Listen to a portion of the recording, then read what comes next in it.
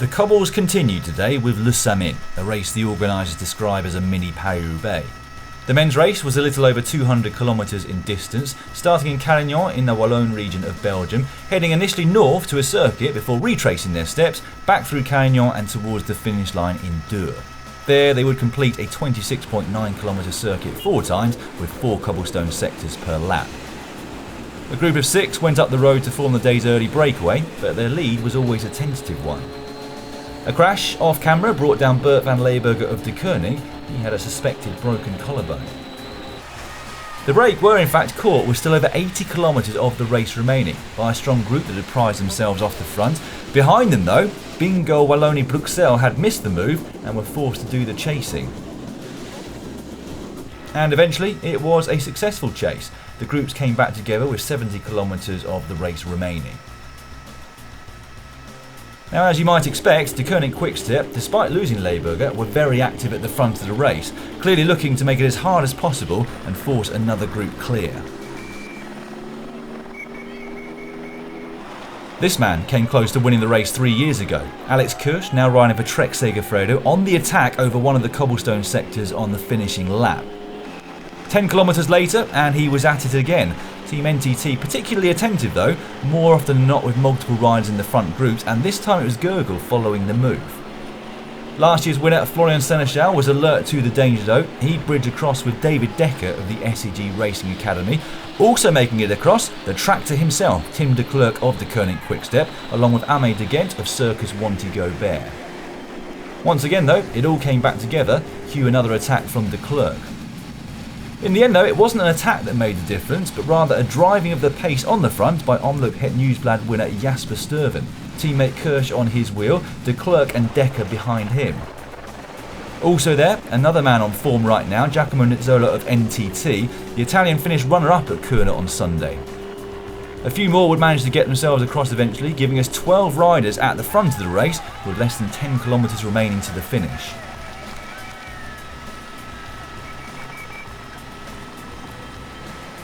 The battle for position into the final stretch of cobbles was a fierce one. Everyone knew that they wanted to be near the front. Florian Sénéchal though was the man actually on the front, with the usual suspects Kirsch and Nizzola joining him, and there was a gap opening up behind them. De Ghent in the end would also make it, but as they went under the Flamme Rouge, so too had the rest. It was a little bit cagey on the lead up to the final sprint, but in the end it was Clément Venturini of AG2R who couldn't wait any longer. It was a long way to go though, particularly given the uphill drag to the line. He'd fade to 4th, whilst Hofstetter of the Israel Startup Nation would come through from 4th to 1st with a brilliant turn of speed to take the biggest win of his career so far. De Ghent would have to settle for 2nd for the 2nd year in succession, whilst 22-year-old David Decker impressed with 3rd. Happy man, and understandably so. That was a brilliant win and makes it back-to-back wins for France in this event.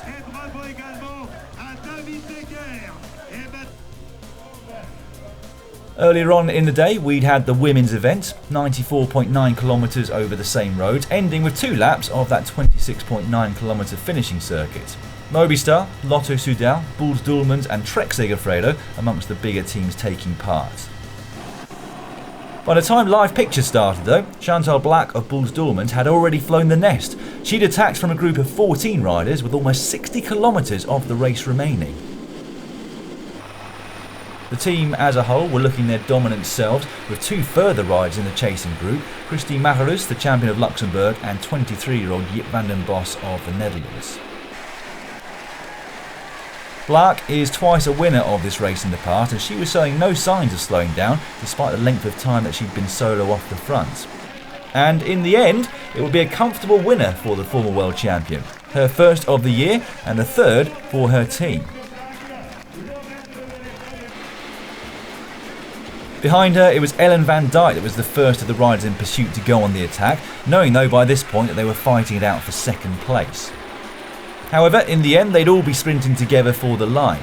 Christine Macherus opened it up a long way out, but in the end, it didn't make much difference. She proved to be the quickest, making it a 1-2 for Bulls Doelmans on the day. A great ride by Lotte Kopecky saw her claim 3rd for Lotto Soudal. The Belgian is just back from the Track World Championships in Berlin, where she competed in the points race and team pursuit. We will be back this coming Saturday with live coverage of the Strada Bianca women's race, so stay tuned to GCN Racing for that. Bye now for now.